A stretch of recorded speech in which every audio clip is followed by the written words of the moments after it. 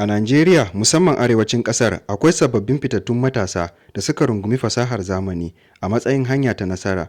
Daga cikinsu akwai Sanusi Ɗanjuma Ali, haziƙin matashi wanda ya tabbatar da cewa ilimin zamani na iya zama makamar da zai canja rayuwar mutum gaba ɗaya. Labarinsa abin koyi ne ga duk wanda ke mafarkin shiga harkar intanet da fasahar zamani domin neman rufin asiri da kuma tasiri ga al'umma baki ɗaya. Bari ku ji labarinsa.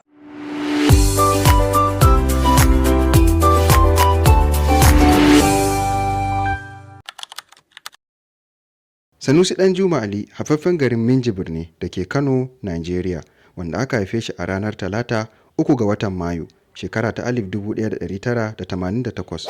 Matashi ne mai hangen nesa, wanda yana daga cikin waɗanda suka kawo sauyi mai kyau a duniyar intanet a Najeriya da ma Afirka baki ɗaya. Ya yi suna a ɓangaren kasuwanci na zamani, musamman a harkar cryptocurrency, blockchain da digital marketing. Rayuwarsa ta sha bamban da yawancin matasa, domin ya tashi da kyakkyawar tsari da kuma tsallaka matakai daban-daban kafin ya kai matsayin da yake a yanzu. Sanusi ya yi karatun firamare da sakandare a Kano. Bayan wannan, ya wuce zuwa jami'a inda ya yi digiri a fannin kasuwanci wato business da kuma zurfafa bincike da neman ilimi a fannin fasahar zamani wato internet and digital knowledge. Wannan ya ba shi damar haɗa karatun zamani da fasahar zamani, wanda hakan ya sa ya samu kyakkyawar ilimi mai inganci. Haka zalika, ya halarci course da programs na musamman a fannin digital marketing, e-commerce da entrepreneurship, inda ya ƙara ƙwarewa sosai a harkar intanet. A wani ɓangare, Sanusi Ɗanjuma ya taɓa shiga harkar siyasa, wanda a yanzu ya ja baya da ita sosai. Sa'an nan, magoyin bayan club ɗin Manchester United ne, wanda yake bayyana ra'ayoyinsa a kodayaushe game da ƙwallon ƙafa. Sanusi ya fara harkar cryptocurrency tun shekarar 2016, lokacin da fasahar blockchain ke samun karbuwa a hankali a duniya. A farkon shigar tasa, sha'awar decentralization ne ta ƙara masa ra'ayin harkar, domin kana da ikon samun kuɗi da kuma sarrafa shi ba tare da ikon wata hukuma ko gwamnati ba. Daga nan sai ya ci gaba da haɓaka har ya zama fitaccen mai ba da shawara, manazarci kuma ɗan kasuwa a fagen Web3. A shekarar 2020 ya fara wallafa bayanai a Facebook kan crypto, wanda hakan ya zamto wata hanya da matasa ke koyon abubuwa daga wurinsa kyauta. Sannan a Fabrairun 2021 ya ƙirƙiro SCTV Africa, wacce take nufin Sanusi Crypto TV Africa, wanda ke aiki a matsayin dandalin ilmantarwa akan cryptocurrency da blockchain ga al'ummar Afirka. Kamar yadda kowane gwanin nasara yake fuskanta, shi ma Sanusi Ɗanjuma Ali ya gamu da nasa ƙalubale da dama, waɗanda suka haɗa da rashin wadatattun kayan aiki a farkon rayuwarsa, cikas daga rashin fahimtar abokai da 'yan uwa game da al'amuran intanet da karatunsa, ƙalubale ta ɓangaren tattalin arziki da kan hana matasa cimma burinsu, matsalolin da ya ringa fuskanta daga ƙananun abokan kasuwanci masu adawa da shi.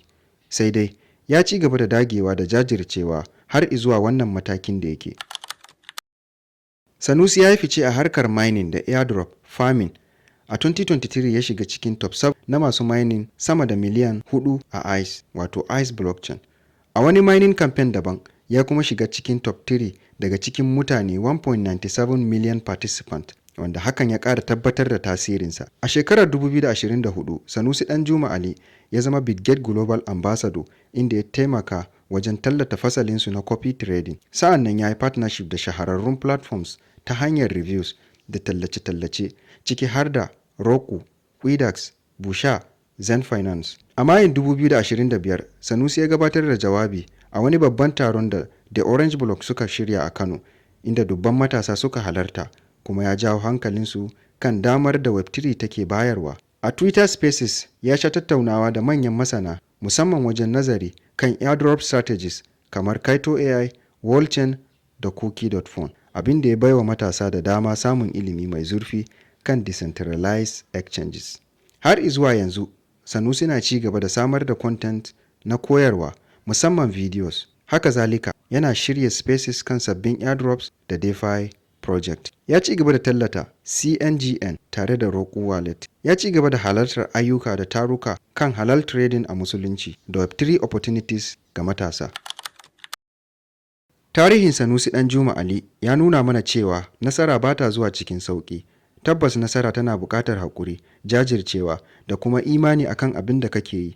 Yana koyar da cewa ko da mutum ya fito daga yanayin ƙalubale, idan ya dage ya tsaya zai iya cimma duk wani buri da yake da shi. Dama kuma Allah da kansa ya bayyana mana cewa dole zai jarabce mu da ƙalubale kafin mu yi nasara a nan gidan duniya da lahira baki ɗaya. A Simas Academy muna ɗaukan irin waɗannan labarai a matsayin darasi ga matasa da al'umma baki ɗaya. Kar ka daina mafarki muddin akan hanya kake. Kar ka daina yin aiki akan mafarkin saboda mutane suna maka kallon banza. Ka je ka duba tarihin waɗanda suka yi nasara, attajiran duniya karon farko dariya ake musu. Idan ka gwada ta wata hanyar bata yi ba, sai ka sake canjawa. Sa'an nan fasaha da intanet su ne zamani. A nan ne kake da cikakken 'yancin abin da kake son yi. Don haka, intanet na da ikon canja rayuwar kowa. Kar ka yi wasa da ita. Yana da kyakkyawar aƙida domin a dukkan shafukansa na sada zumunta ya fi amfani da kalmar alhamdulillahi a ko da yaushe. Sa'an nan ba shi da VIP paid classes. Tun daga shekarar 2022 ya ƙuduri aniyar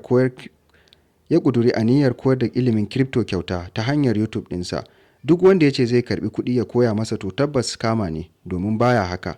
Baya sayan tokens daga hannun mutane, baya karɓan kuɗi saboda mentorship ko wani class. Sannan Sanusi ya tabbatar da cewa duk wani abin da ya kasance zai karɓi kuɗi ne daga hannun mutane baya yinsa, saboda haka a kiyaye.